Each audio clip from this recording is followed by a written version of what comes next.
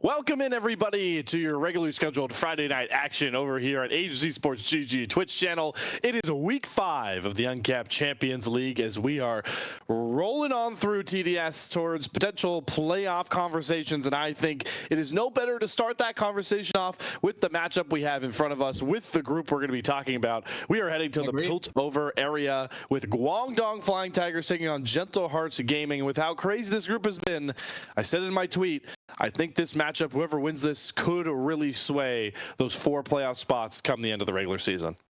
Yeah, 100%. Like, they could perfectly, and there goes my cam, of course, but they could perfectly set up whoever is going to qualify for the playoffs here, right? Like, there's a group that is divided between who is AoE and who isn't. Everyone else is fighting for those remaining spots. AoE feels like they are the closest to be qualified, and then you're waiting to see how the rest is going to set up. And I think that these two teams have had their rocky start, have had their rocky games, but I feel like in general they are really strong teams. More so GFT than GHG when you look at how the season started, because GFT did lose that first match against Contingent, and then they went really well, and Contingent hasn't looked that great, whereas GHG has lost to AoE, which shouldn't be a surprise to anyone, really. No, certainly shouldn't, but it does give them the buff that, you know, hanging over GFT's head is the fact that they have to play through that Contingent loss, but certainly helps for them that the team that was seeded a bit above them, like I believe also in the tier 2 group with them, Dorado Gaming White, are also coming off a pretty rough loss. That's why a lot of people feel like Piltover is so wide open as we get set to go into our first draft here, not starting just yet. Oh, actually, hey, right on time there. Perfect. Important to mention, TDS, about the draft. We are on a new patch. This is the first week of 1421, and I know there was one champion you and I were talking about that we might see come out here that is pretty pivotal, just like he might have been in the summer. Yeah, friend of everyone that loved watching rockets flying around everywhere. The Corki is looking like he's coming back into the meta, and he's coming strong as always. There's been a lot of people talking about how the champion now feels really good in mid lane once again. I saw a game yesterday of the Corki, 1 lane, 1 game, and I'm expecting to see a repeat of that. So. I think we're gonna have to get used to that. That's totally fine. Yeah, but we are firing through the draft here as we get the Ziggs and Ash bands coming over from GFT, potentially trying to target some of Makel's champion pool on that side, and the Gentle Heart side.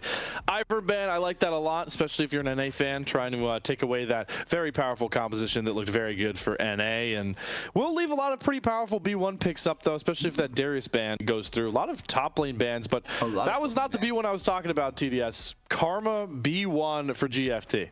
Interesting, the Karma first pick here, and I'm kind of curious if it's going to be a Karma flex here or if it's going to be just straight up going into the support position. Karma, I don't think that has been necessarily a bad champion before, but she's in a spot where she's on the cusp of being meta, but not necessarily meta, and you have to play around her now. Maybe with some of the changes to other champions, she did get a little bit higher in priority, but we're going to have to wait and see. As GHG immediately going for the Nico on the Jhin. We don't know if this is a Nico support or a Nico mid lane, but I like the idea of trying to already set up for a mid game kind of team fight potential, and I'm expecting to maybe see a Nocturne pivoted here for GHG as well with this Nico. That's a good call. That's a good shout out. And, you know, some flexibility. I do lean towards the credence that if you're going to pick AD with the Nico, it might be going towards the bottom lane. I also do believe that Jhin Nico is a pretty good pairing. You can kind of bring Nico can set up the damage from any distance for Jhin and just set up those curtain calls. So we'll have to see as that evolves. We know where that champion's going though, TDS. The Skarner gonna lock in here on the side of GFT. Yeah, that looks like a jungle Skarner. Could be a top, but it looks like a jungle, and I wouldn't be surprised at that. And then maybe we're going to get the pairing for the Karma in the bot lane here.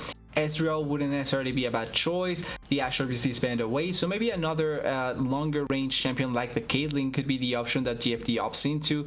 AD carries like the Jinx are also available, but the Ezreal Karma have been a pairing of almost always, and it works out really well with the range advantage that they have and the poke that they can provide.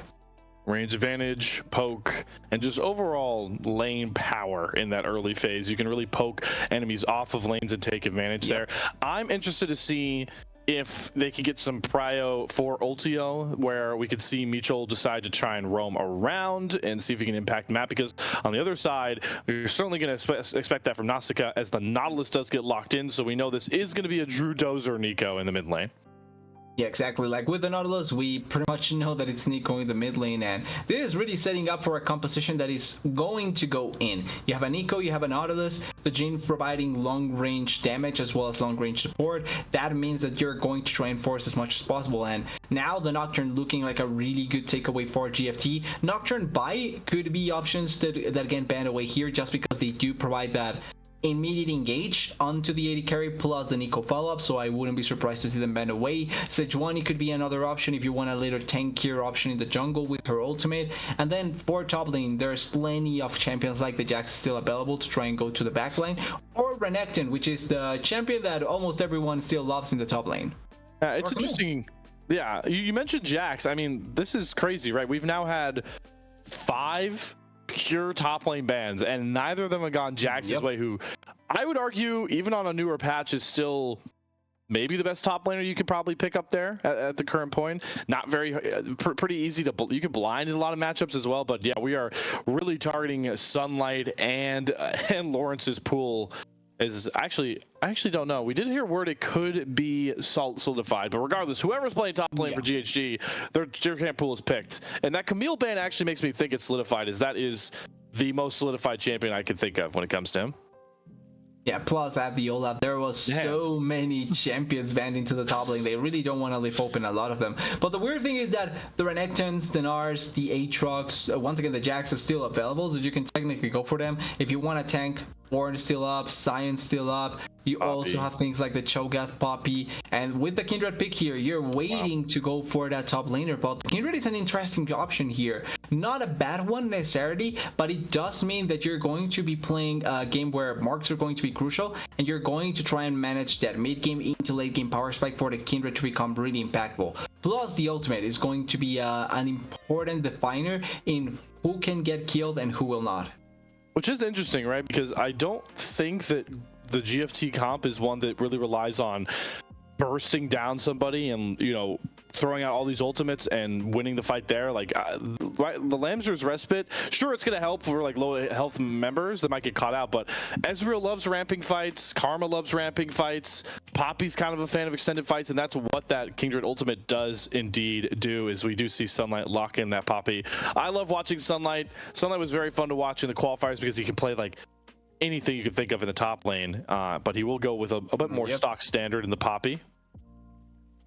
Yeah, pretty consistent there, and now we're remaining with the top lane, a blind Gwen coming in through. Well, technically speaking, there is a world where there's a Poppy top lane and a Gwen in the jungle. The Gwengle hasn't been necessarily that bad. I think she did get nerfed this game, but could be the wait, actually, yeah. Is it Karma mid, Poppy support potentially? Karma support, yeah, exactly. Could be the mix-up. I actually didn't account for the Karma, so yeah, could be a mix-up like that. Or they could be sending one of the Poppy or the Skarner to the mid lane. But yeah, I think it has to be the Karma mid lane now, considering the remaining champions that came through us. Then are going to be last pick for GHG. Pretty consistent top, nothing out of the ordinary. I wouldn't save Gnar as a counter pick if it was but it's not a bad choice necessarily, and it's pretty consistent for what GHG is looking for, which is kind of mid-game fighting into trying to get Kindred to the late game.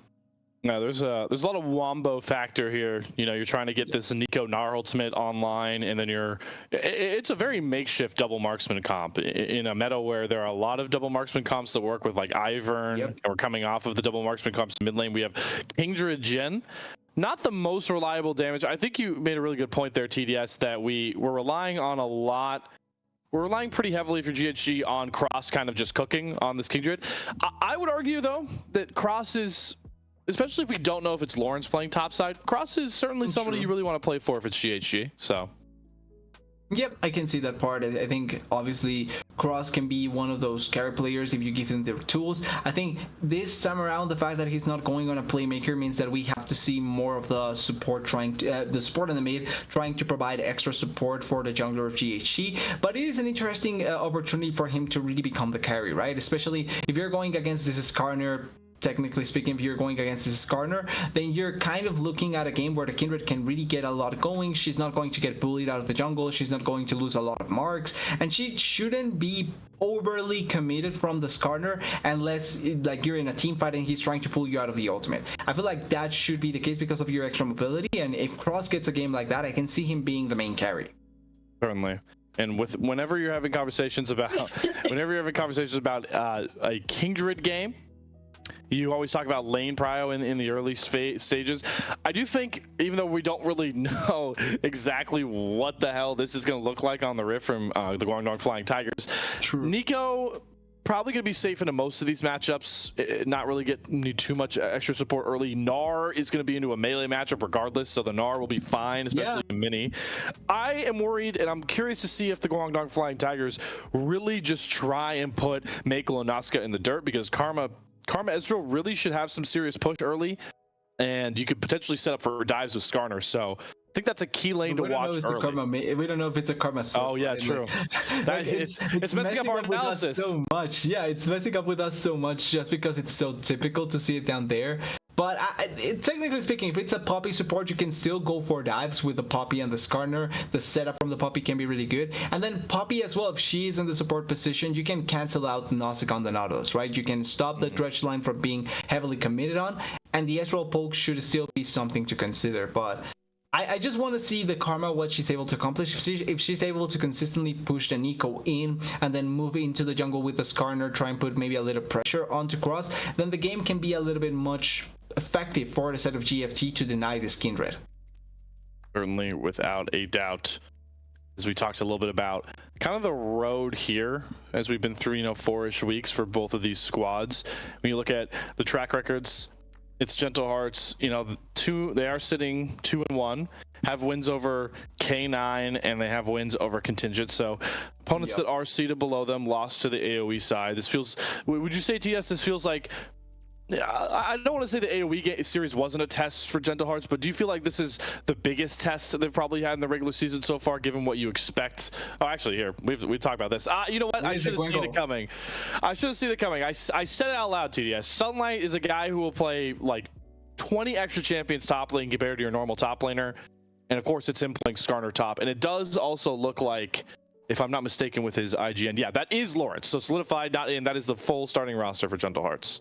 Okay, so at the very least, we do have full rosters for both sides, and it is going to be the Guangdong. We were talking a little bit about it, but because of the mix-up in some of the champions, I wasn't 100% sure. But the Guangdong here does change dynamic a little bit. You have a great jungler that can scale as well as the Kindred, and if the Karma gets the push and you get to move around, this makes it so that the cross cannot be as safe in the jungle. Like, Gwen does have quite a bit of damage inside of the jungle, and the extra movement speed that she gets from the Karma as well as from the Ghost means that it's going to be a little bit difficult for Cross to be able to escape from the jungle, and if she gets collapsed on, she may end up dying. So this game does become a little bit different in terms of the jungle matchup and how they try and move around. And answering your question a little bit before about the biggest test for GHG, I really can see that being the case, and this is also the case for GFT, because when looking at their schedule, right, they lost the first week against Contingent, they then won against Koza, and they then won against which one, the other team, against K9. So technically speaking, they are pretty similar in terms of who they won against. The main difference though is that one won against Contingent, the other lost. So for GFT, this is a much more important game to win, because they are down against a team that GHG already won against. So they need to try and get over them in terms of game difference and matchup difference to try and at the very least get a little bit of a leeway against them. Something, you know, we had a lengthy discussion about on the Salt Mine podcast, actually the recent episode. I'm plugging it. We're sponsored by Aegis, by this very league, so we can plug it. Salt Mine podcast just dropped an episode today with myself, TDS, Gordo, that you usually see on this stream, and then Quacks. Talked about the fact that Piltover, outside of maybe AoE, is so, like, anybody can win this matchup. Anybody could be the second team out of this group, and anyone could really be out of the playoffs between Dorado Gaming White, Guangdong Flying Tigers, Gentle Hearts, and BlackRock. Three of those teams I already mentioned, really outside of Gentle Hearts, have shown inconsistencies and have not great looking losses, and it really speaks to how much more important this series is between these two squads. Yeah, it's a thing where you start off with the wrong foot if you're GFT, and GHG just needs to keep on being like they are, because like you're mentioning, it's true. Like, your first game, it's completely fine if you lose it if it's against AoE or a team like that. But when you lose against a team that quote unquote should be much lower than you, and they were technically in a tier lower than them, then it just means that you're kind of in a tough spot now. And for GHG, that already passed the AoE test and they almost came through, because it was a 2-1. We need to remember that. It kind of bodes well for them if they are able to get over this game. If they win this game, they put themselves also with BlackRock, and they can fight for that second spot as well. Certainly can. In what we have labeled one of the most wide open groups when it comes to the Aegis Champions League, is week 5. We're like, I think technically over the halfway threshold by this very series. I think we have 9 weeks, or do we have 8? I think it's check. 8. So we are officially over the halfway marker nonetheless, and we are officially on to Summoner's Rift for game number 1 here. Gentle Hearts versus Guangdong Flying Tigers. I made a mistake earlier. The graphic was a little bit wrong. It is not the full Gentle Hearts gaming roster, and it is, and now we have a pause to talk about it. Unfortunate, because it might be their strongest member if we're talking pedigree. It is solidified in for Lawrence, so maybe at least not too bad of a drop-off, but Lawrence certainly was one of the mainstay members when we saw this roster when it came to seeding. Well, technically speaking, I think the only NACL-bound player, right? Because he did qualify technically, so he was quote-unquote going to be an NACL player, and then unluckily he decided to not. But every other player has just been on the cusp of that. So certainly not having Lawrence on your team, taking away his pressure, his experience, and his knowledge of how to play over there can be important for GHG. And I think this is going to be a test on what Cross, Drew, Mako, and Nausicaa can try and accomplish on the other side. A big test nonetheless, as we see a bit of a fan start come across. Have the classic secondary pause. No need for fear there. It happens whenever we get those pauses. So back into action nonetheless. Nobody really going for any discovery wards, it seems like, just yet. Everyone kind of relaxing. Recall coming through will for Cross, I believe, or excuse me, not Cross, Elias, or Evanly. Man, I'm getting my name switched up. To start on that red side. So we'll have both of these junglers start on the bottom side. Increasingly important to track jungle camps in a game like this because of the marks. Oh, good spot out, TDS. We do see Ultio. Bait and no wards left behind, so it's either they are going to spot here the Gwen. Okay, started. So now they know, but Gwen is going to be completely messed up for this. Evanly going to take a tough thing here, and especially now gets hooked. So, yep. Dredge line down. Elias gets a ward through. Ultio just with a little bit of poke. They would have liked Ultio just to go catch the wave with his bottom lane. He might be able to deny some XP, I guess, by letting the minions go down. Like you mentioned, though, will force start on the top side for Evanly. His Sunlight already showing why maybe the Skarner top tech is something, getting a pretty good trade in. Yeah, and not gonna lie, also just quick thing, I think Elias could have perfectly fine just RQ'd the birds to try and steal them from Cross, and that would have been a much better play, because that way there wouldn't have been any sort of lead or extra value that you get over the Gwen as a other trade, and actually dealing quite a bit of damage. He did take a charge shot, so it's not as great as it could have been. Not as great, but still actually going to force Solidify to take an early back here. I got to think he's going to just burn the teleport. Yeah, sir. Oh, no. He's just going to walk up. Interesting reset nonetheless here. I wonder what Sunlight's going to do with the wave state. As he got to think he wasn't expecting to see a reset that early. Well, he's taking his time, so maybe it's not going to be actually needed to teleport there, but he may lose out on some minions. And this is not a situation where if you back as Sunlight, you're going to get an advantage anyway. Like, it's not going to be in favor of the Nard just because the wave is crashing, and you're going to get a much better timing on your back. So really good start for Sunlight, and maybe could end up turning into something meaningful, as we see the Gwen having to reset as well on the map. She's going to try and go for her red buff, which wasn't stolen, but the Kindred does have a little bit more pace. She gets the bird steal, she goes for her red side jungle, and now goes for her blue side. So she should be technically in a better pathing compared to that of the Gwen, even though Gwen is a tiny bit stronger as well. Certainly. I wonder if there might be a scenario here where if you're Evanly, you're expecting, oh, maybe I can go, maybe expecting the bot side quadrant to have been cleared first by Cross, but now he's on top of it. There could be a potential fight over this scuttle. I think that's maybe what Cross was trying to angle up on, to gamble that the bot side scuttle was one to play for. We do have Dredge line land across for Nazca. A ton of damage onto Ultio, but Mitchell's going to dive on to Makel to make it a pretty even trade. Ultio, Keely low on health and mana. I think this does mean, though, that there is much stronger, or actually, because of the mid lane push, Gwen will get that Scarlet Crab first, and maybe she can move first into the top side one as well. Mitchell needs to be careful, doesn't have Ignite anymore, and the Ezreal is not as strong. But importantly, I feel like this is actually not a bad play for the Kindred. Cross is getting his first mark, so even if he lost out on the Scarlet Crab bot side, like, it doesn't really matter when you look at it. And look at this timing he could have if he'd like it. That's Meganar going to come off with Solidified with the wave shot under turret, but it does seem like Cross doesn't want to go for that top lane gank. As Mitchell eats the Dark Harvest stack, as Makel is going Dark Harvest Jhin, so extra damage over to the Poppy on that crit shot. I'm smelling maybe a lethality Jhin here with that Dark Harvest Jhin tech potentially there. Could it still be something crit based, but I'm interested in seeing what Makel ends up going for. That being said, trade spot side, even though they have been going a little bit better for GHG, when you look at the CS deficit, it's much better for the side of GFT, as has to jump away. And this Garner bobs the ghost, so he now has no way to get on top of the Narb with the ghost, but it's still really strong. Like, he's really showing his fangs. Yeah, I think it's just important that Sunlight is... Well, I mean, he goes for another crash into the wall here to get Solidified's flash out. I was going to say, I think if you're this Skarner, you're just happy you're going even in a matchup where you're not playing for lane. And he's kind of killing lane at this point, getting that key summoner out Solidified. Yeah, going even is for the weak. Sunlight wants to go for the kill. He just wants to pressure and try and kill people. And you know what? I respect that. He may end up dying, though, because of how pushed he is.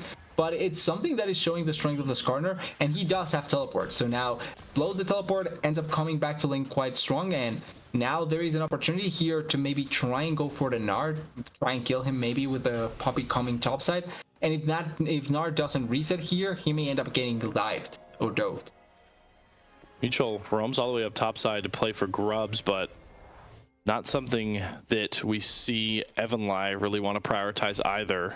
Will make his way up there with Elias teleporting back in, but now we're getting marks on the grubs from Cross, who will actually instead try and play towards the dragon, taking the safe play. He's got his bottom lane with a very good push, so on Kingdred should be able to just solo this one out by yourself. Oh, they end up losing the cannon there, and lucky for the Ezreal, but they really are trying to put pressure down here, and I like the fact that they are trying to punish the Poppy trying to roam around as Dredge line lands for Nausicaa. Makel, the barrier saves the one auto, but Mitchell flies in going for Makel. The Ignite, one more auto, drops his own barrier. Mitchell's gonna wait it out. Flashes galore. Heavy Summoners burn support for Zadie Carey. Who wins it? It's a Makel that wins it out, and Nausicaa wins his. It's the double kill over the GHG bottom lane. Oh, the overcommitment ends up biting them back so heavily. That could have been a double kill, or at the very least a 1-for-1, but they commit too heavily. The Ezreal going 2-for-4, not expecting the hook back from Nausicaa. That just immediately kind of blows up the game plan from the side of GFT, because now the Jhin is strong. He's going for lethality potentially here, and that means that he's going to be hitting really heavily onto some of these members. Only one that will tank it enough is probably going to be Sunlight. The rest are going to be quite squishy against this Jhin.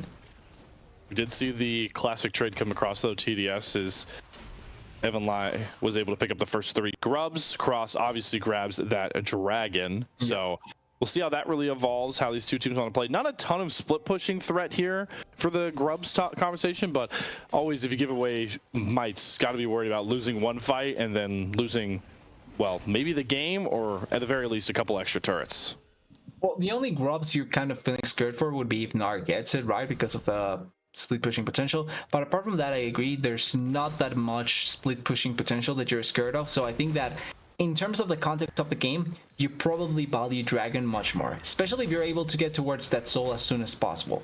So really good start there. You also take away Chemtech and potentially Cloud out of the game. So, oh wait, another one. Oh man, that dredge line from Nausicaa certainly wrapping around the minions. We hear the curtain call come out, but a good block from Mitchell will allow Ultio to slip out for now. But Makel and company are really starting to speed up with their tempo here after that double kill.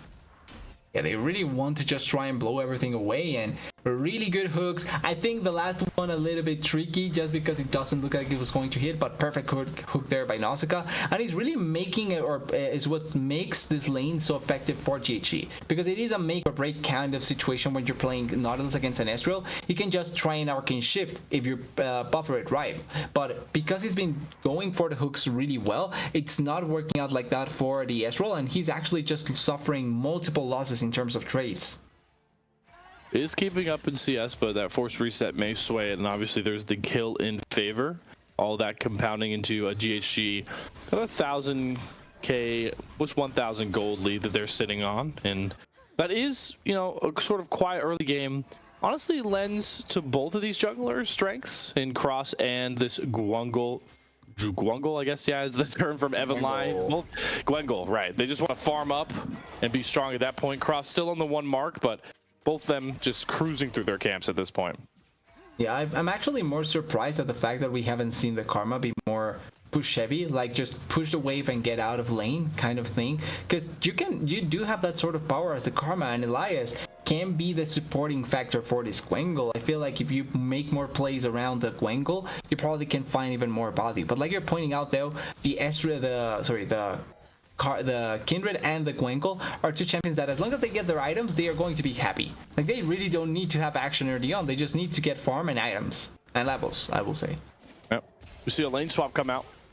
We have Solidified coming to catch these bot waves, and they are sending both Makel and Nausicaa towards the top side. Maybe trying to just get rid of some of that pressure Solidified was feeling into Sunlight Skarner, and maybe play for more of those plates, knowing that Makel has a lot more items and they can knock down some more gold. But certainly an interesting time to call for a lane swap.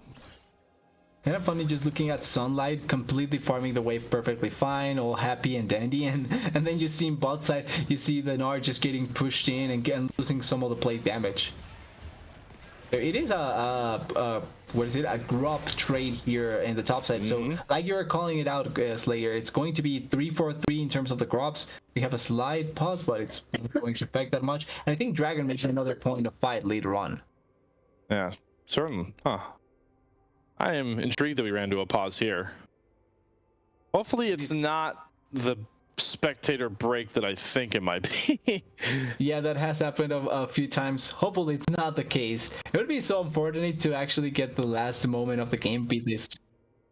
Okay, well, we're gonna throw back to the caster desk here to try and figure out what the problem is going on. we're actually getting word that, I know we obviously have the beasters on the salt mine. That game is also froze. So I don't Riot's in a tough spot. I know they put an alert out that games are crashing while they were trying to load in, but not a good day for Riot Spectate. And unfortunately, that's happened too many times this year, TDS. Not gonna lie, I find it funny that it's always on Aegis on Champions League Friday, right? Like it always happens when we have a Friday game or match or something like that. So kind of unlucky. We'll have to wait and see if it's not going to be a game-defining crash for us, and we're going to miss out on game one. But at the very least, for the moment, we'll just have to wait. Yeah, so we'll have to wait it out. It was interesting to see that. Didn't seem like there was going to be much contest from that grub take, which is intriguing for the team. You know, you obviously, whenever you take 3 grubs into the Drake, I mean, maybe we'll just see both teams handshake, 1 Drake apiece, 3 grubs apiece, but I was expecting a bit more fight. Actually, no, now more I think about it, maybe that's why Gentle Hearts go for the lane swap there. That makes it adds up a bit more. They throw the more powerful bottom lane into Sunlight, gives them the lane prio, and then they can kind of just play for the grubs. And unless you're roaming extra members away from the solo lane, the solo lane of that Gnar from Solidified, there's not much of a way to match it.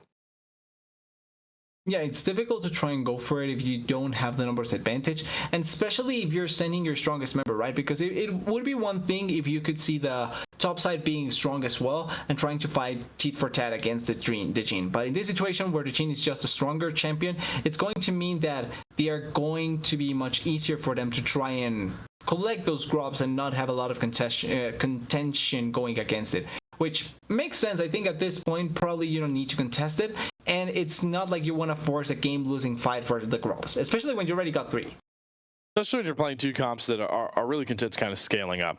Mostly in their jungle matchups. Gwen, like you mentioned, Gwen and Kindred, they're just waiting to get to items and then fight it out from that point. And you have 2 top players that are looking to play for team fights. Jhin and Ezreal aren't really too aggressive in the mid lane.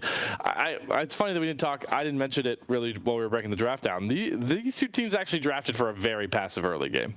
Yeah, it doesn't feel like they want to force a lot. Like, to me, GHG had a mid-game kind of comp where they were going to spike in mid-game and force fights, and then you have the side of GFT that maybe a little bit later, you have a Gwen, a Skarner, and a Karma, and an Ezreal. You know that those champions are going to be able to last a little bit longer and try and hold the game for a little bit more. Certainly. Well, we are going to get a quick word from our sponsors in here before we figure out everything behind it. We'll go into our mission after that. Unfortunate pause here. This is a tech issue. We're going to try and figure out its best, but while we have time, we're going to hear from one of our major sponsors here at Aegis and the ACL. Hopefully we'll have an answer on what the heck's going on with the Riot Spectate on the other side. We appreciate your patience as you stick right through with us. Quick shout out to ProComps, our sponsor and a game changer app for the league community. This isn't just like the other tools. It's your personal draft coach, perfect for both teams and solo players.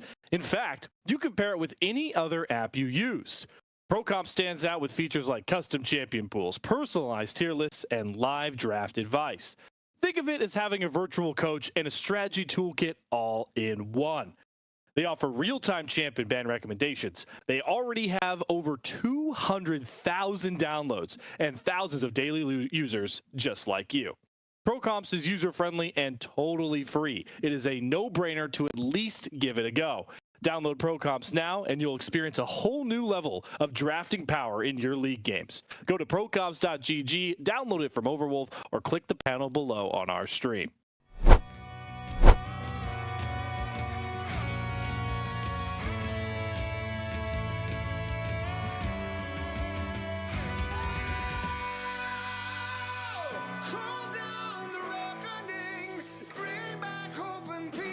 Restore our glory to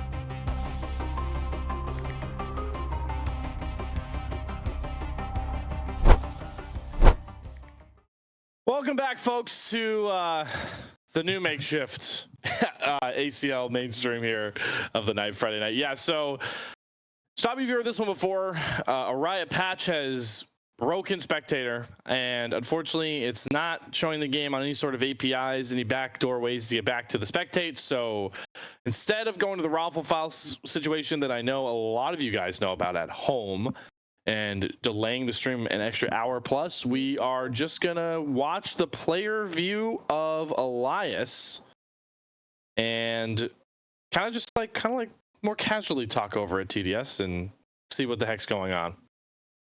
Yeah, but it's a first and it's fine. We here at Aegis always want to innovate, and if it's the first of its kind, we go for it, even if it's not the normalest of things, as we see potentially a fight here. And important to know, there is teleport on the back. Yeah, they want to kill people.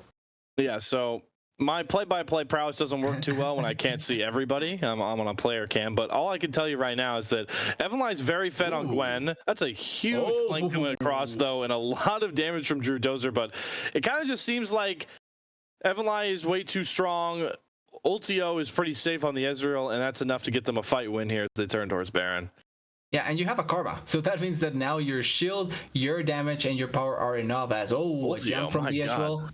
Yeah, he doesn't fear anything. The early game started off with him, but as you can see, we're already at Baron point, and every member of GFT looking really strong. They are going to secure this Baron buff, and it feels like now GFT grabbing the pace of the game in a really good manner. With the Baron buff, they are going to secure multiple turrets. They also waited so that at the very least one more member could try and secure it, but the health bars don't allow for Sunlight to also get it, which is kind of unlucky. But I think that for the continuation of the game, this is a really good thing for GFT.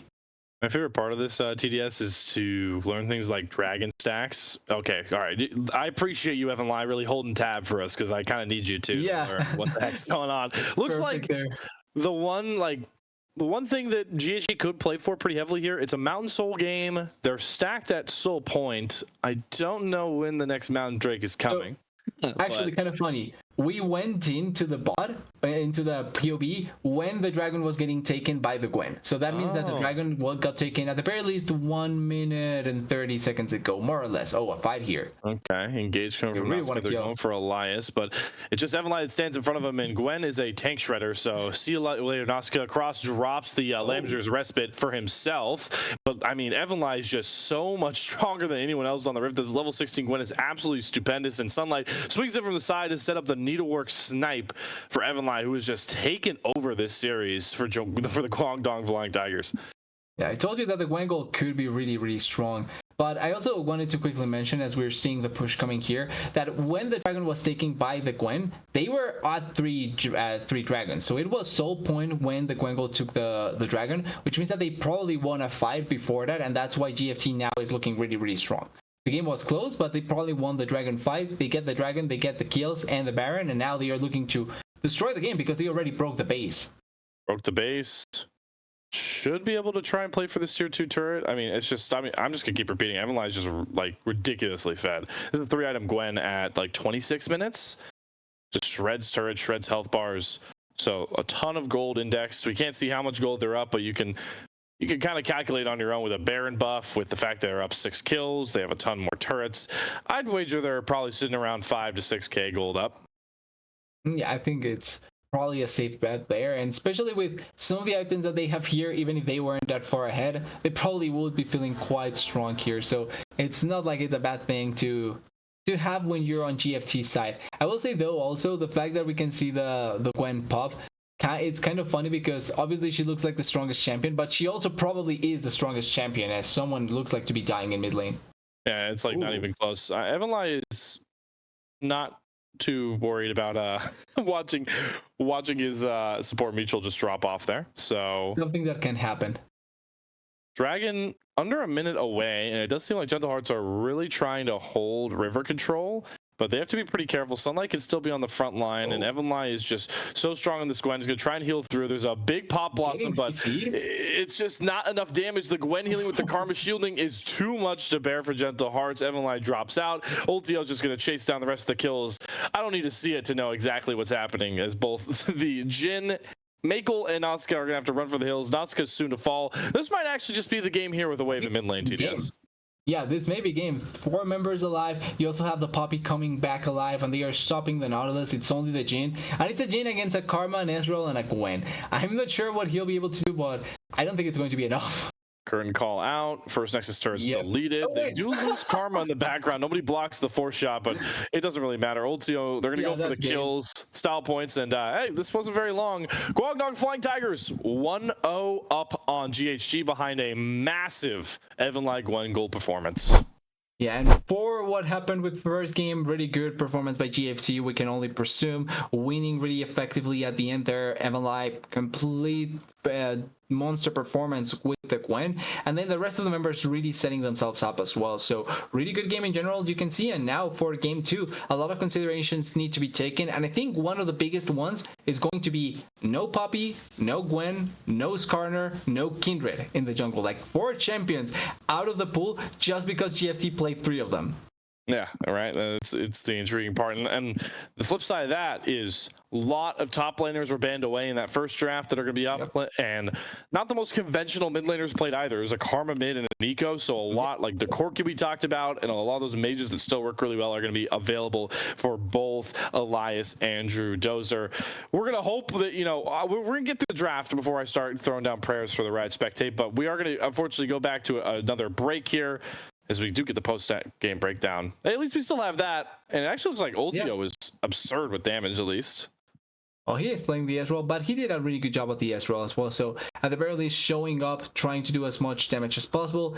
And as long as there's nothing like what happened in the first game, we can get a really interesting second game as well between these two teams.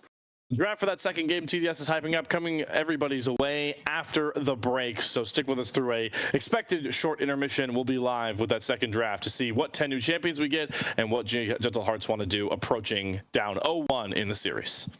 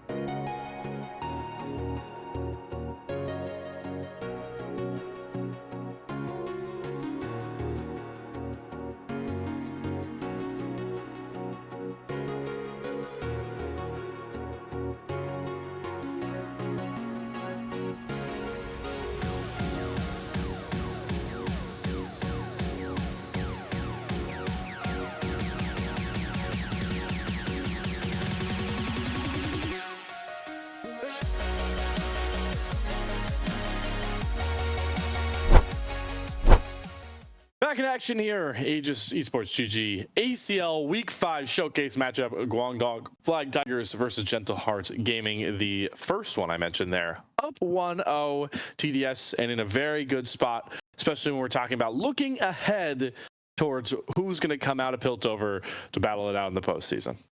Yeah, if you want some sort of statement game, winning like that is really good for the side of GFT. I will say though, GG, for what we could see, right? Early game wasn't necessarily a bad thing. They were winning really effectively on the bot side, thanks to the plays from both Nausicaa and the Jhin down there. And I think that if they can try and replicate something like that in this next game, maybe they can try and find a lot of avenues to win the second game and try and turn it around. As we see the bans coming through, once again focused towards top side, but this time around 3 bans bot lane.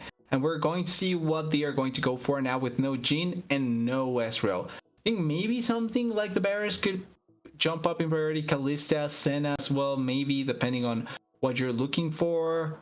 Or we could see some mages, other mages maybe, if they are willing to try them. Oh, but there we go. Talked about the Corki. Yep. Buffed up, and a lot of people are talking about how the Valkyrie Max may be an angle. We'll have to see. Likely to be piloted here by Drew Dozer, as Gentle Hearts are looking for a win on that blue side.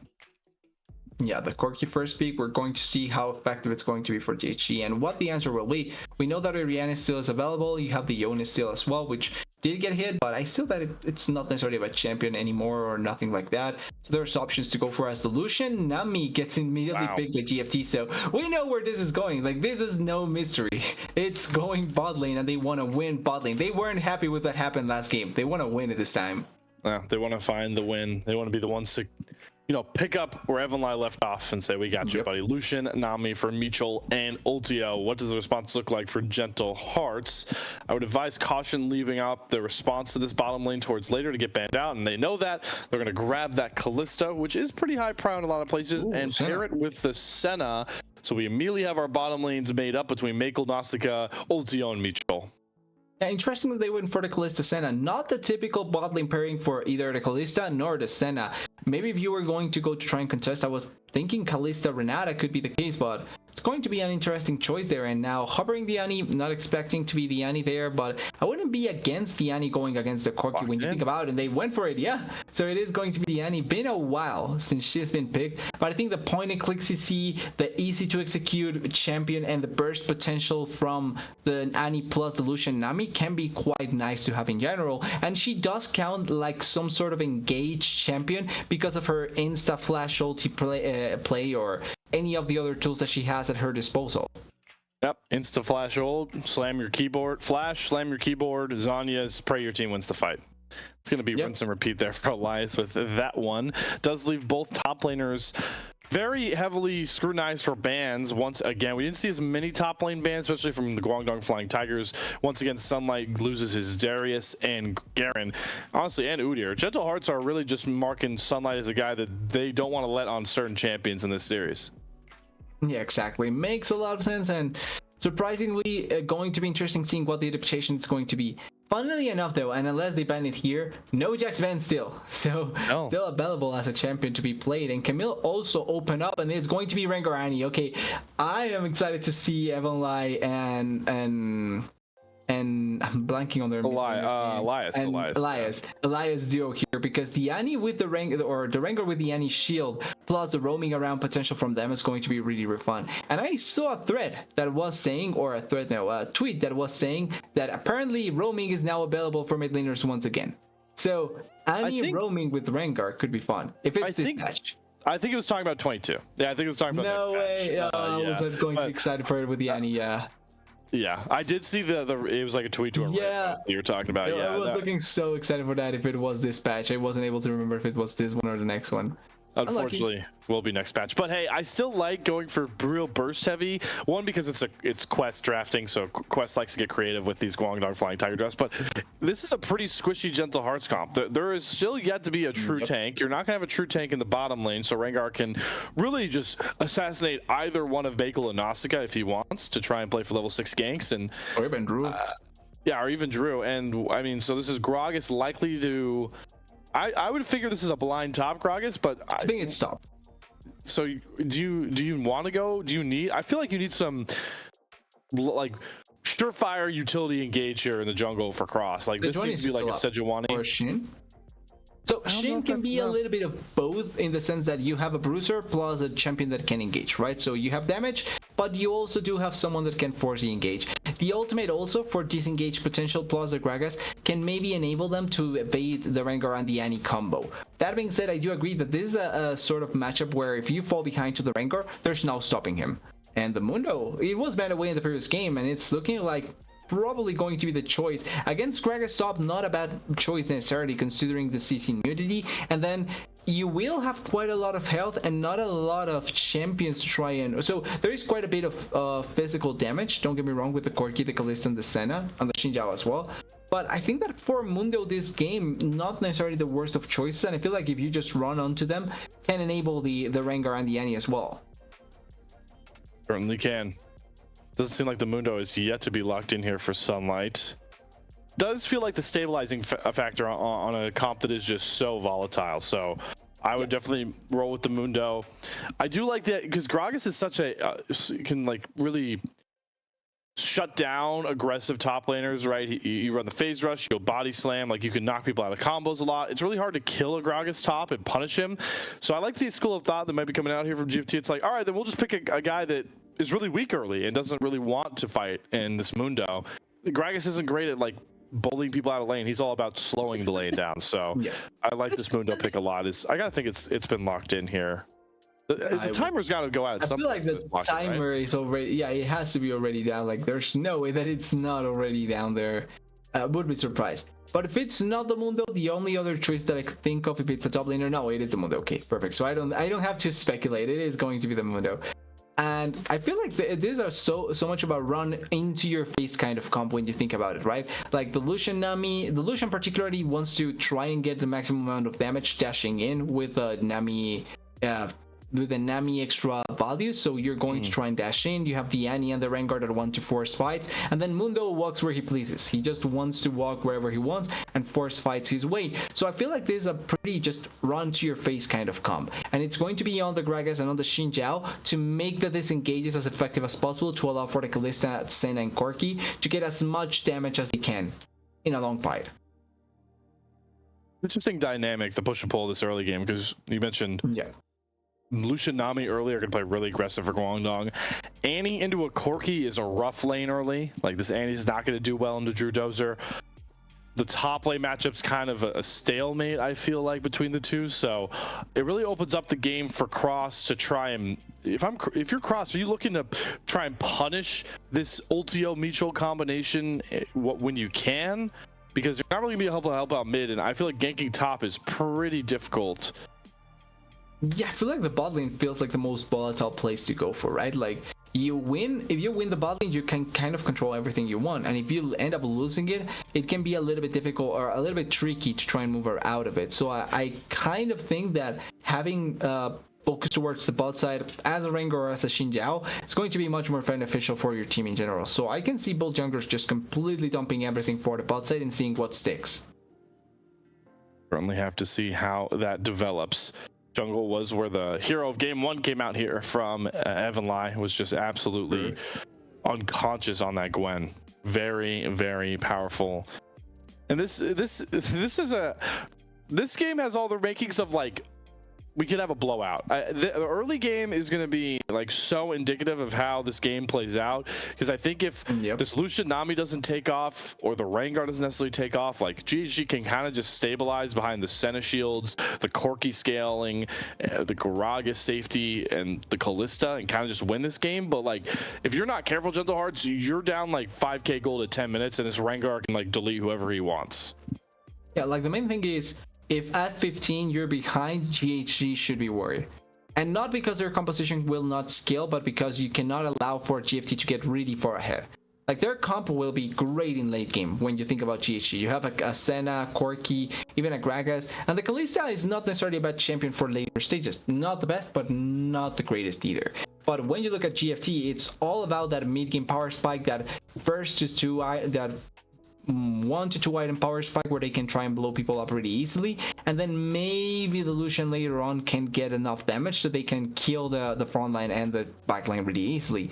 And then the Mundo also surviving long enough. But if they are even or behind on the side of GFT, the game becomes incredibly difficult for them. Yes, dare I say this is the most indexed I've seen an ACL match into the early and mid game of a match in a while. Like, the only scaling champions I look at are Corki and Mundo particularly. I mean, I know a lot of these champions, like you mentioned, like Kalista and Lucian, benefit from like getting up to 6 items, but traditionally there's just a ton of mid to early game fighting in this game. Yeah, it's quite a lot. The potential there to just kill everyone and be able to win like how you like in a really effective manner. So not surprised that's going to be the case here, and I'm kind of excited for it. Like, the previous game we didn't saw enough of it, but I feel like they were fighting quite a lot. So if it's going to be something similar this time around, I'm excited for it. I am praying to the Riot Spectate gods now that, you know, we actually get to watch this game fully out. But I will say, because this game is going to be so impactful in the early to mid game, I'm not saying we get the spectate bug, but if we do, I feel like when we get it, we'll have a much better idea of who's actually going to come out ahead, because somebody is going to like be much further ahead. Yeah, it's going to be much more obvious when you think about it, and if it works, probably going to work out really, really well for one of these teams. Or we may just get a situation where both of them just reach the mid game without anyone being completely ahead, and it's not going to be better for anyone, only for the team that has the better scaling, which is GHG. Exactly. Well, no game of ACL splits so far, I would say, has had such an impactful first opening 15 minutes on Summer's Rift coming everybody's way. But all you viewers at home are going to have to wait a bit longer. We're going to go to a break as we get through the spectator delay. On the other side, potentially the last game between two playoff contenders in the Piltover division, Gentle Hearts Gaming, Guangdong Flying Tigers Game 2, coming y'all's way in just a bit.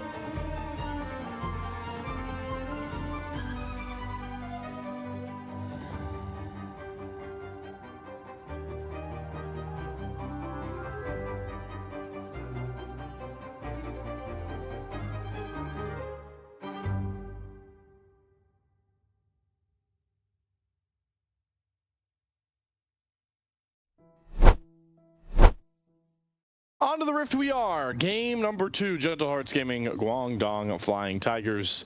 And I don't want to go for some long, eloquent speech here, TDS, because I am afraid of this early game. Rengar, Annie, Lucianami lane, Kallista's involved, Senna's there, there's a Xin Zhao as well. The only lane we're going to look at now that I think is going to be nice, peaceful paradise is going to be this Mundo Gragas matchup.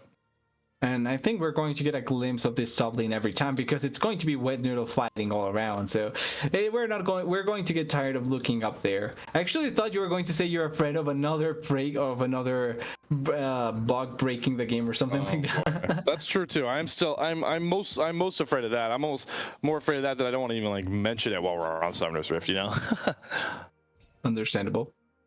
But with that, it's going to be a pretty calm early game. Like we have had in previous weeks, early games where they go for a 5-man and trying to go for kills early on.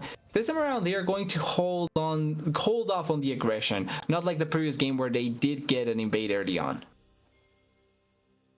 Yeah, that late invade actually really helped set GFT in a good position going, or actually Gentle Hearts really set Cross up in a good spot going forward this time.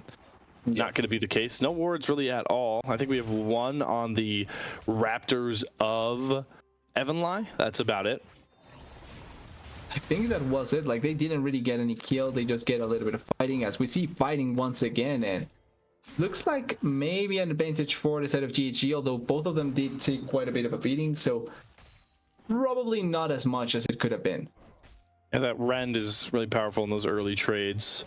Lucian gets that real big spike when you get the double shot stacking when the dash comes up, so you're waiting for level 2 onto that one. But good start for Nausica and Makel, because we talked about it's just could be very tough to match the damage profile of Lucianami onto single targets if you're not careful.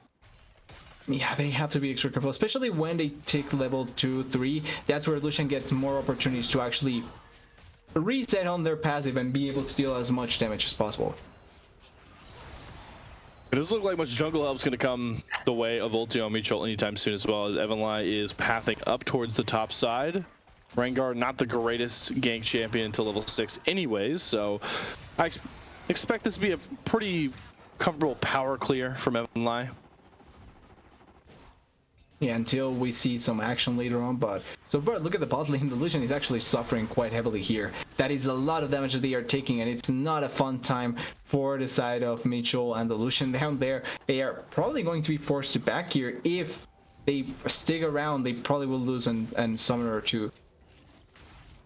Yeah, Mitchell does have that summoner heal, and does have the heal on the kit as well, taking over to level 3 there. Makel trying to dance right around that turret aggro, and Mitchell figuring out just how far the turret can really go. This is a great class show for Makel and Nausica of how to just bully somebody from under their turret. Yeah, it's not the first game. The second game, in the first game as well, they did such a good job at not only controlling the pace of the game, but also just being able to deal with them in a really effective manner. Another wave crashed in. I mean, look, this is how early a plate. They grab a plate before 4 minutes. Makel and Nausica doing. Now they're potentially trying to go for the kill here. The heal and the barrier and flash all used between Ultio and Mitchell. Makel does have to burn the barrier, and so it's really a trade of summoners except that key flash of Ultio, who is summonerless now at the 4-minute mark. Yeah, I'm surprised that they wanted to commit like that. They were thinking probably that they were going to get the the tower to focus onto Makel that way, but it doesn't turn out like that, and it's at the end not effective enough to force the kill. Now it's a flashless Lucian. They have to be careful about it. Healthy reset for Makel and Nausica, because they're able to get a 10 CS lead in this opening frame. Also going to be a really important start for what we talked about from the draft, because Drew Dozer just needs to farm up in this lane. The Gragas doesn't need to worry about too much into the Mundo as well. If you could survive the Rengar Lucianami in the opening 10-ish minutes, you're in a good spot if you're Gentle Hearts. That's going to be really good for them, as the game just keeps on going much more in favor of GHG with that small lead that they have bot side, and with Xin Zhao close by with the wave potentially bouncing back, this could be an attempt at maybe trying to go for a gank down there in the bot side. I also want to quickly comment, look at the vision that they have inside of the jungle for the GHG. They have a ping ward on the top side, they have a couple of wards inside of the enemy jungle that are going to spot the side of GFT, and it's going to be difficult for Evenly to be able to find as much opportunities as possible. And another great trade onto Mitchell. I'm down to half HP. If Cross wants it, this is a very free dragon angle, like you mentioned with the warding. They just completely, they know for a fact that Evanline is pathing once again to clear up towards topside camp. So with the Scuttle Crab going down, could just kind of solo out this dragon if the bottom lane gets a shove. They do spot Cross out with a scrying plant at the very least, and we'll see if the grub timer comes up in time for a trade to come across. But I kind of called it there, TDS. Yeah, Cross is right on this dragon. They can't stop it, but it's going to be 3v2. Well, actually, 3v3 until the Corki arrives here. This could be a little bit scary. I'm not sure if you actually want to force this. Flash has ulti. Yeah, flash out from Cross has to get out of the pit. They land the bubble on top of Nausicaa. But Mitchell is very low. Re-engage comes across. First blood down onto the Kalista. Drew Dozer comes across as well with the late Roma Lights, looking for a trade, but does not have enough damage on the Annie. 3 kills over to Gentle Hearts Gaming, including first blood. Yeah, that was such an aggressive attempt there, and it all banked on being able to kill Cross so early on. But the heals coming in clutch there by the Senna, and really showing why the champion was before really contested in a lot of different games. The champion heals so much and is able to get so much better trades consistently. It is going to be the dragon for the grubs, but to start of the game with 2 kills on your Kalista and no deaths on your carries, that is a really good way to start it.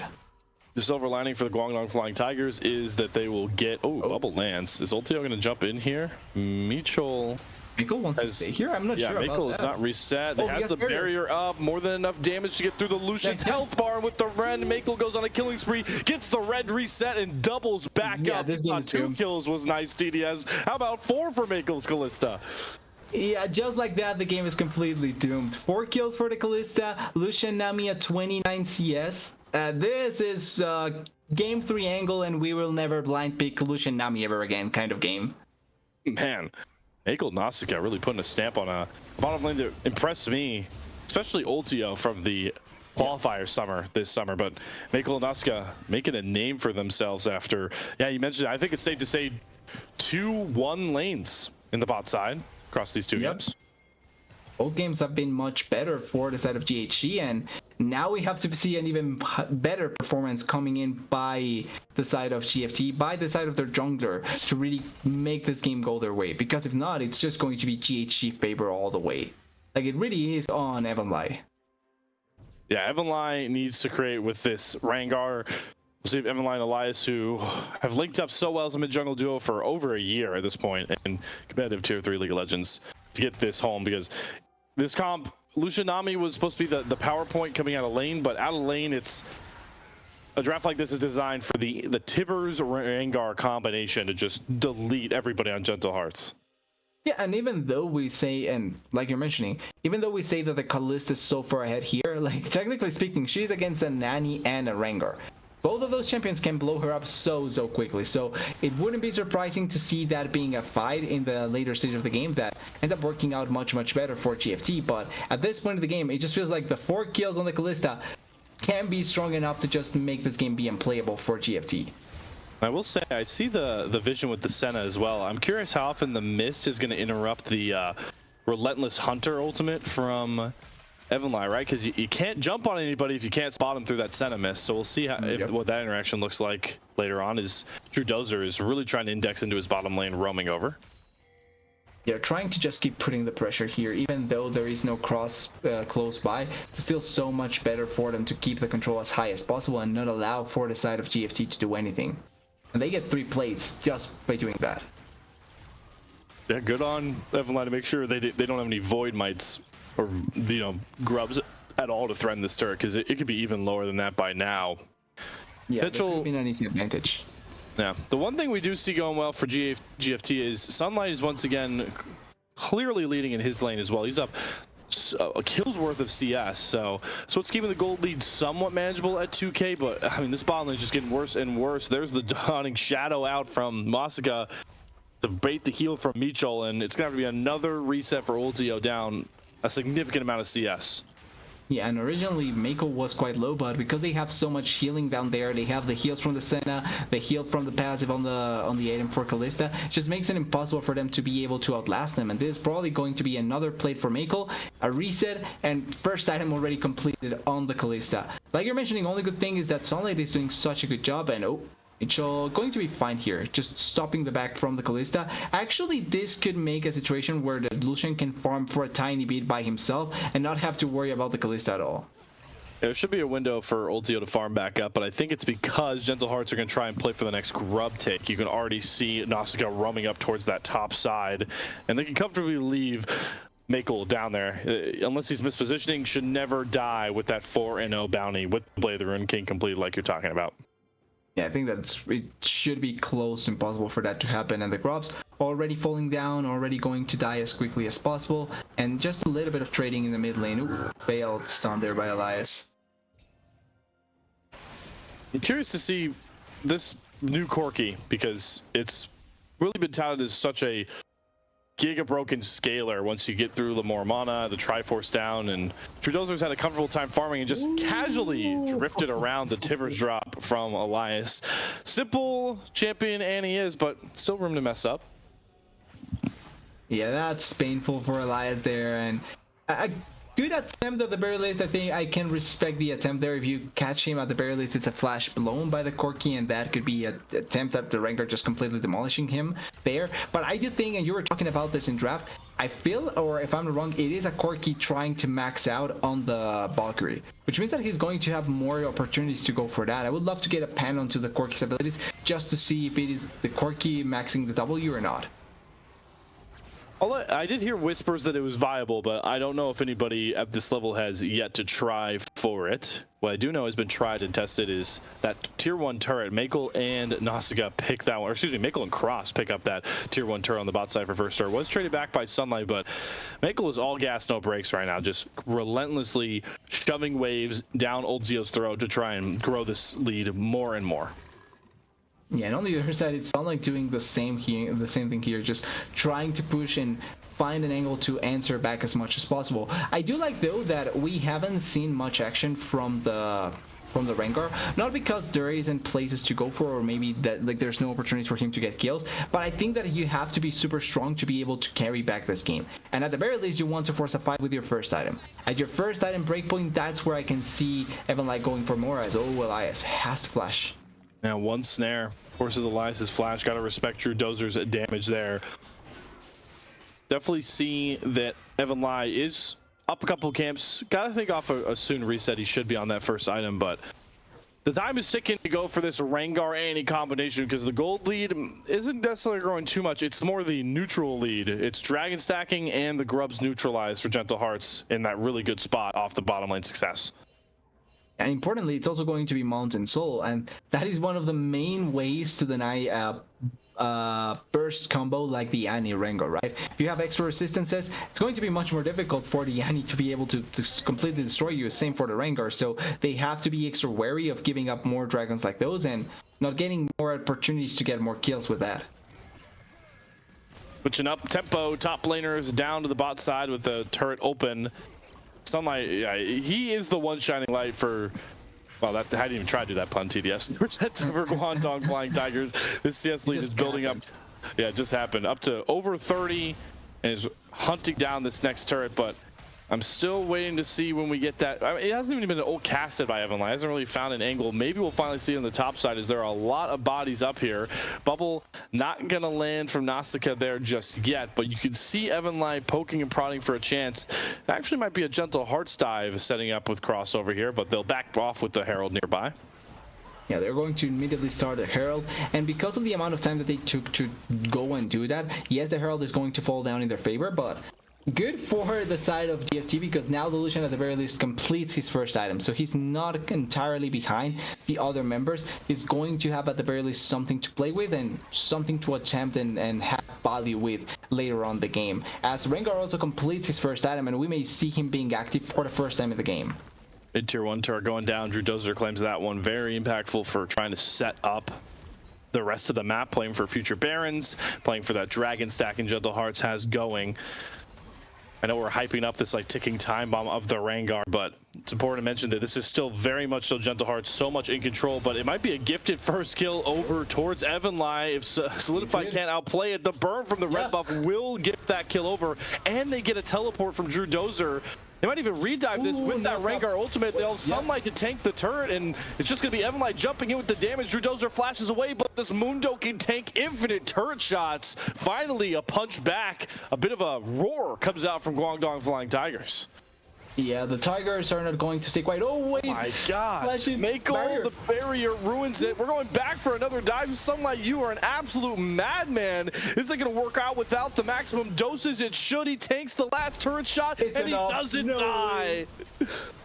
Works out perfectly there. They are able to survive in that situation. They get 3 kills on the bot side, and Mako doesn't get the kill either. So it's going to be another charge here. Teleport from the Annie and teleport on the back by Sun. Like, they want to try and catch them off here, and maybe they can try and get at the very least a kill. My God, what has got into Sunlight? This guy's playing Mundo, and he's in every play possible. But it does seem like Cross is looking for the turn onto Elias, but it falls short. It's the explosive cast from Solidify to trade it out, but his life should be next to claim here. Body slams, still lands from the Q onto Sunlight, throws a cast back. Do we see the hop out of the brush? No, it's not close enough for Evanly. Solidify burns the flash, but does get out alive. Yeah, they're getting kills everywhere on multiple members. Only member that still hasn't died, though, importantly, it's that Kalista. But we really can see the power of the team composition from GFT there. They have the potential to explode targets. They have an Annie and a Rengar that can destroy members really quickly, and the stronger they get, the easier it's going to be. But it's still a game where GHG has the advantage. They have a Kalista with 4 kills, potentially a second item for this next Dragon fight, and that's going to be the scary spot. Yeah, Yinso completed for the next Dragon. I'm just looking at the top side for the Guangdong Flying Tigers. 0-4 with a bounty of Sunlight. This guy continues to impress. And he might, I mean, he wins this. No, he's a level up. Yes, but I don't think Corki fights this. That's the thing. Like, he just Valkyries away. But now you got to start thinking about how many members do you have to bring over to cover Sunlight, because Solidified, it's really rough for him. Corki can catch the waves in, but everybody's really playing towards this dragon, feels like. It's 4 seconds for it, 2 seconds. It's now up, and the control though for the river is much better for the side of GFT, and the Annie, if she finds an angle, can be scary. Now they're gaining control back, and the Lucian catching the wave means that this probably is going to be much difficult for them to try and attempt. The poke is good though. Yeah, Tibbers is ready to play. Back out, and they wrestle control of the river once more. They're going to start up the dragon, or it seemed like, yeah, Elias was priming it so that Evanly could jump in. Ton of trading down from Nazca, forces the culling out of Ultio, not able to find any targets with that array of light bullets. And now Cross has a flank set up. They're going to try and pinch onto the Guangdong Tigers, who need to grab this dragon to shut down the stacking. They're just going to ult right onto Cross. He doesn't even get the ultimate off. He just gets blown up. Makel's going to have to go crazy with this. Kalista's Drew Dozer does find the pick on the backside. Evanly goes back out, but the Fate's Call finds the Rengar, and Makel is just jumping for joy right now all around the GFT comp. Yeah, I respect the attempt there, but as soon as they blow the jungler from the side of GHG, the Kalista is left untouched. Didn't have flash, didn't care at all. Nobody was able to get on top of her. And I think a lot of miscommunication there by GFT. It's fine to kill the Xin Zhao, but as soon as you blow the Annie ultimate, you have to reposition because she needs to get her stun back up. And she moves forward thinking that they will not have anything to fear. Great cask by the Gragas. She repositions everyone into a bad spot and makes the fight perfectly fine for GHG. This Kalista is the main point of the team, and if you're not able to touch her, she's just going to run over you. I enjoy the plan from Gentle Hearts for Sunlight as well. We talked a lot about this Mundo ran away with lane, but in these fights, you don't need to worry about him. You don't need to try and kill him. You need to kill everybody else around him, because he's not really a threat to execute anybody if you're all grouped up. And he's not worth trying to kill off when you have to worry about the Rengar and the Annie. And once you do, what does Sunlight do? He just walks away and he's like, well, crap, my entire team's dead. There's nothing I can do at this point. Yeah, and it's not like he has any armor or something like, what's it called? Always forgetting the name, the Bramblebest. It's not like he has ways to deal damage onto the Kalista like that, or Sunfire Cave or anything like that. He's just going to walk and survive long enough. And until he doesn't have items like those, it's going to be much more difficult for the Mundo to really be feeling like that. But the problem is that with the stronger the Kalista gets, the easier it is going to be for her to also just don't feel scared about the Mundo at all. Now, Heartsteel, after already completing your first item, it just feels weird at this point because, yes, you're going to get the stacks, but it's not going to be the amount that you would have gotten initially. It does help in the tank doing good damage conversation, but you mentioned it. It's not the right time for it because there's zero juice behind this Heartsteel when you're not really gonna have much time to farm it up here. Last tier 1 turret drops. Drew Joser claims that one, and Gentle Hearts are just gonna overload this top side. They have Baron to play for on the backside, and they're just playing through the spearhead that is Makel. 6-0-1 on this Kalista. Yet to be shut down. Getting a bit close to Elias, but it's another Tibbers whiffed. No stun, no dice. Makel did take quite a bit of damage, like he actually took half his health, but yeah, it's going to be a pretty free turret here. The Rengar is waiting on the side, but with no engage from the Annie, it's not like you're going to find max value, and that just means that it's going to be a free turret and maybe just something else getting pushed here. Well, turret for turret, actually not that bad. And they left Sunlight on the bot side. Trade the gold.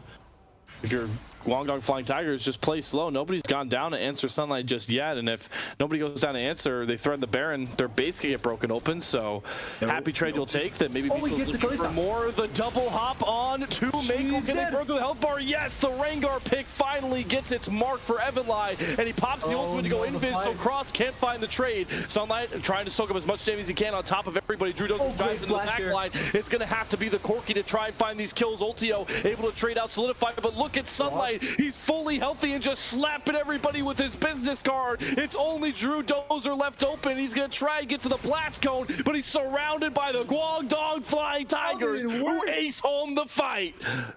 And there is a clear case of Vision winning you games, both backing in a word. Cross and Makel going away in that position ends up being the worst decision ever. Both of them end up dead. Really good ultimate by the Nami where she procced it. And also the Kalista, I think that she had flash, but I don't think she was expecting to be hit by the ultimate. It was a really small margin, but it works out. Kalista dead at the start of it. And you can see how behind GFT were before that play. Because even with Kalista dying at the start, it was looking like maybe GG could pull it off with the Corki and the rest of the members, but at the end they are able to kill everyone else and turn the game back on their, at the very least, an equal favor. Hey GS, remember when we were worried about the Heartsteel purchase second item? Is it not ludicrous he's already at 166 on that thing, or am I off on my Heartsteel numbers? It's a weird thing to see because he shouldn't be that high, but I would say he would have been higher if he was playing with that the whole game. Like, he was hitting Gragas for free all game long. I think that he would have had like, what, 200 stacks or even more? Yeah, but he is just that unkillable sheet metal Mundo that stands in the middle of everybody, and nobody wants. I know I said Gentle Hearts could not really worry about killing him. I didn't mean you can't like punish him for standing on your carries. That's a whole different conversation. Yeah, exactly. It's going to be a different way to look at the game now. And 36 seconds for the next dragon. 2 items on the Lucian, 2 items on the Annie, I think 2.5 items. Yeah, 2.5 items on the Rengar.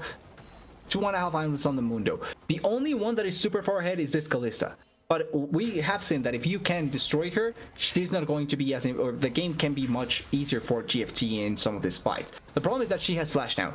That's the scary part. Yeah, flash available, and honestly, it was a recall mistake that gave Makel his one death that opened this up. But now this is really feeling like the game TDS. Mountain Soul available if Gentle Hearts can grab this dragon. The culling already expended by Ultio, not finding much value there. It's gonna have to be a snatch engage from Elias and Evanlai, but they're going for Sunlight trying to burn through his health bar, but they do get a good engage on a Solidified. He has to bail out. Cross is down first. Gentle Hearts lose their first member. Tibbers had to be utilized there. Makel is still safe, but with no jungler, can Gentle Hearts even really play for Soul?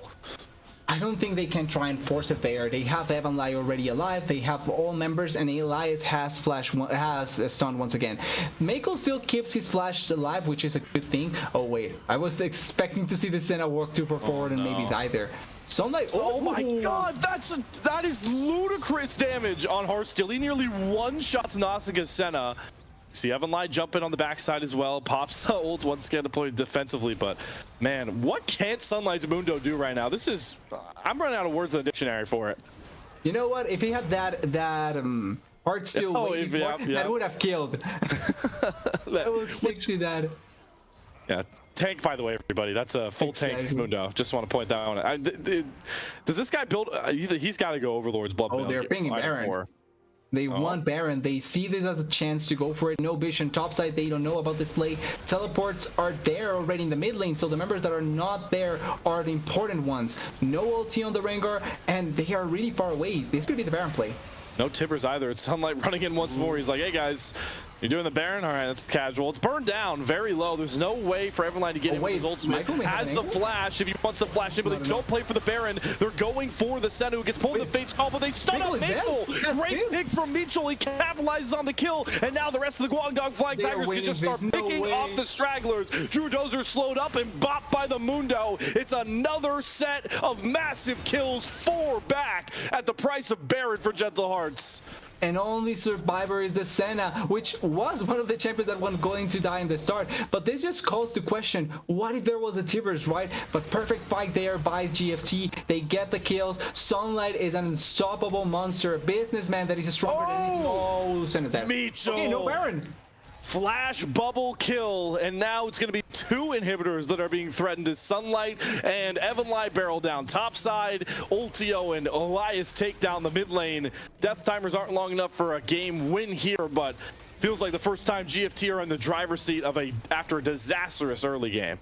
Yeah, it really feels like that. And I want to call Mitchell as well here. For the early game wasn't the best look, but then after that, some of these fights have been won by him. Multiple bubbles hit, multiple tidal waves hit, multiple heals, keeping their members alive. Huge props to Mitchell for the continuation of the game after 15 minutes. And Gragas is alone though. Solidified. That's a great Bomba combo. Forces Ultio to flash, and the Dawning Shadows enough damage to kill off Ultio. Will Solidify be the trade? Yes, Elias has more than enough damage now on the Annie to find it, but let's Drew Dozer start to fire the Rocket Barrage. Another clutch bubble from Mitchell. Might have just saved a couple of GFT members' lives there.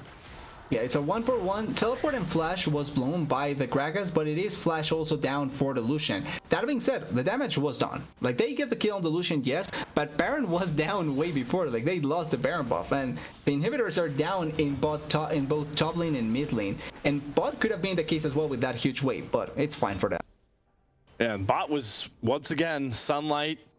That was where he split push and got the tier 2 turret, so they're going to have push in that lane until the turrets get evened up. By this point, you're gonna look at the gold here. Obviously, there's a clear lead between Ultio and Makel, but the rest of the Rift is looking a lot more leaning towards Guangdong. Man, TDS, look at Evan Lai across his gold. Look at top and jungle. Yeah, like legitimately, yes, you have a lead on your 80 carry, but it's 2,000. Then you look at top and it's 5,000, and in jungle it's 3,000. Like, great lead you have there. Oh. What a wacky game. I mean, this is exactly what the doctor ordered with the draft we had. Yep. And it's looking so fun so far. And you have to give so much props to Sunlight, right? Like, play the laning phase well, play the game so far so well, has been impactful in the team fights, has been a really big tank in general, and you can just feel his presence as they won this last turret. And they're just going to barrel through it. Oh my god, the demolished Sunlight does a ton. He does get a lot of harass back. Has to pop the maximum dosage, but is comfortable now with the massive healing. The great bomb combo from Solidified, but the redemption comes across. The healing is there, and Sunlight is just too powerful. You got the Rengar, the Annie, and the Lucian untouched. It's only Makel who can't get back to safety just yet. They've got a wave in the top side. It's only Nausicaa up. It was a disastrous start, but who else but Sunlight to teleport back in? Hold on, is that a triple kill on a Nausicaa? This is getting crazier died to minions.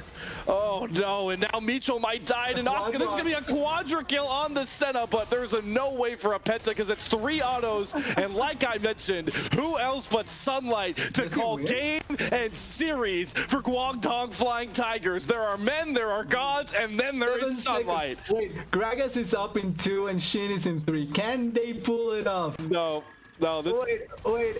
No, it's not enough. Okay. Series 2-0 Guangdong Flying Tigers. Wow. See, and I told you about this layer. Like, this was looking like a really close series on paper, and then out of nowhere 2-0 for GFT. Like, they really just came out like that and pulled it off. Huge series by Sunlight. Both games played really well. I think the bot lane for GHG look really, really good. Nausicaa and Makel, huge props to them in the early stages. But when you're going against a Mundo that can walk up like that and pretty much destroy Nausicaa whenever they try to walk forward. And then the rest of the game was Annie and Rengar threatening the burst always. It just felt really difficult for the side of GHG because even though their comp was looking fine, they were late to controlling the space, and then they were late to try and force a fight. So then Annie and Rengar just completely kill you, and that's it. There's nothing for the fight anymore. That is a damage leading Mundo at 36k, and normally you could say, all right, maybe he was just like the most fed member at an early game and they snowballed. No, look at the gold graph. This game was all in Gentle Heart's control at one point, and it wasn't all Sunlight, but without Sunlight, this comeback does not happen. We have a game 3. There's nothing else you could tell me at this point. Yeah, 100%. Like, that was a Kalista 4-0 at, what, 10 minutes? So, yeah, it's on Evanlight to really make this look like a huge roller coaster on the in favor of the side of GFT, and huge props to Sunlight for how he played. I think also impactful the fact that obviously this isn't the whole roster for GHG, but you cannot take credit away from how Sunlight played just because it wasn't the main player. Like, I think he played great anyway. Certainly. And well, wow, I'm just still reeling from what was an absolute awesome game from the Guangdong Flying Tigers in true GFT fashion. It sounds like I'm not used to it because I've been on the mainstream as second TDS, but we're going to go to a break because we're going to get some insight from the Guangdong Flying Tigers after their big series win. So we'll go to a short break to set everything up. But on the other side, it sounds like we are going to be getting Elias to pop in here to break us down after one of the biggest series wins for the GFT squad in their ACL split.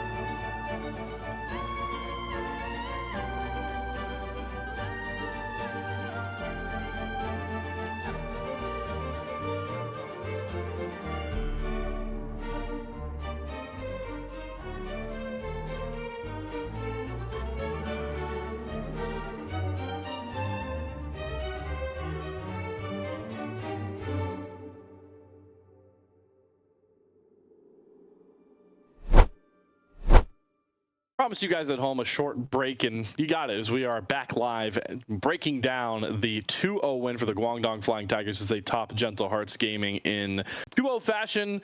It wasn't as close as a 2-0 might tell you, at least in that second game. Well, we got Elias here to break everything down. Elias, I just want to get your general reaction after what was a very chaotic second game. What are the vibes like after a win like that?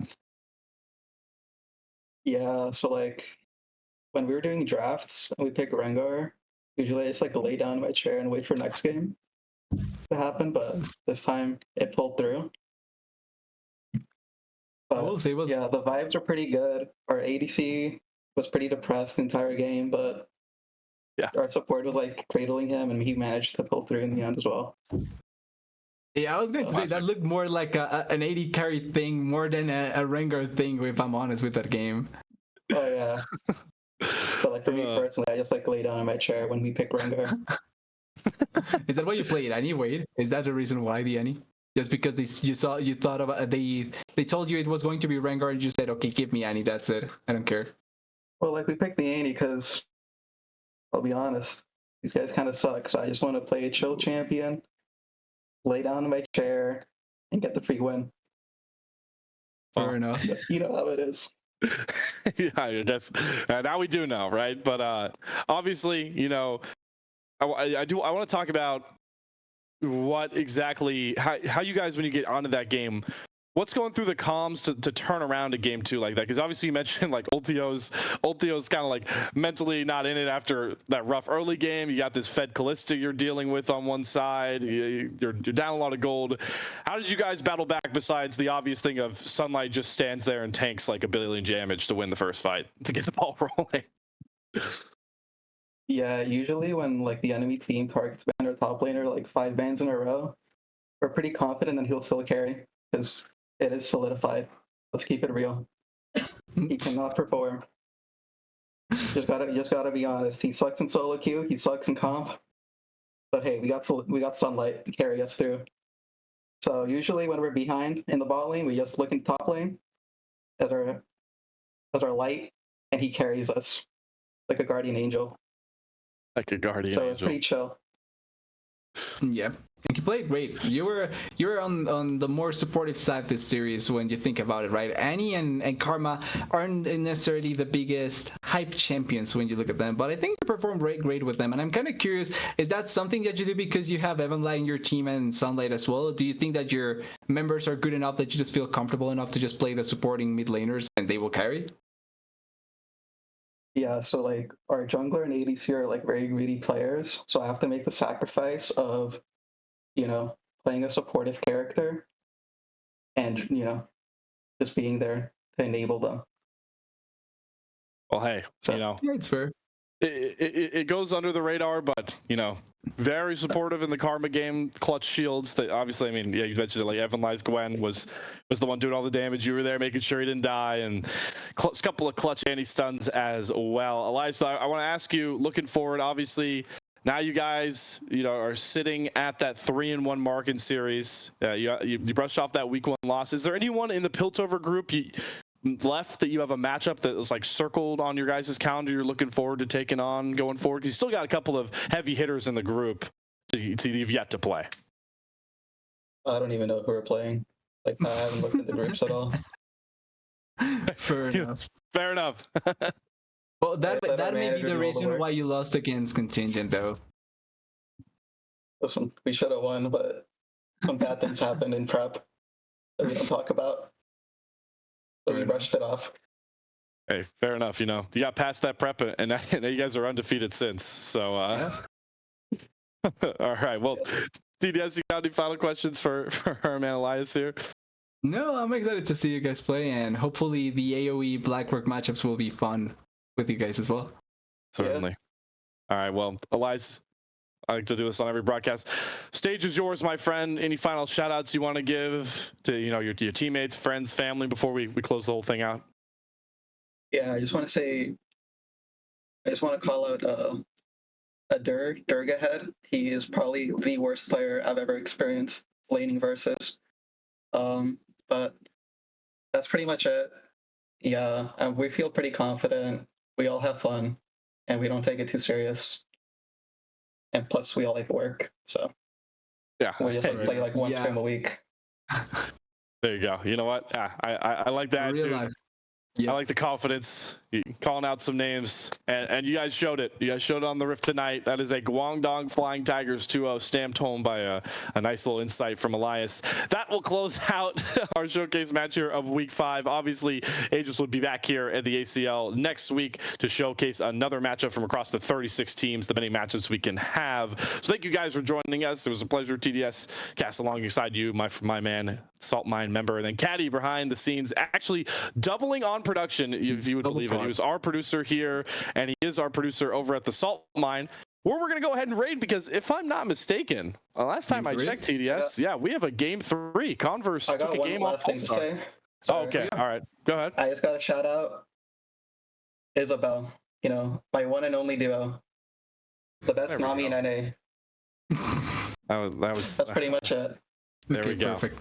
A sweet ending. I also was wrong. It looked like Converse was going to win, but it looks like Polestar actually 2-0'd them. So I don't know where we're going to go with the raid, but that's going to end our stream. Enjoy the rest of your weekend, everybody, and make sure you're back here every Friday, 8 p.m. Eastern, for more Aegis Champions League action. Until then, see you later, and take care.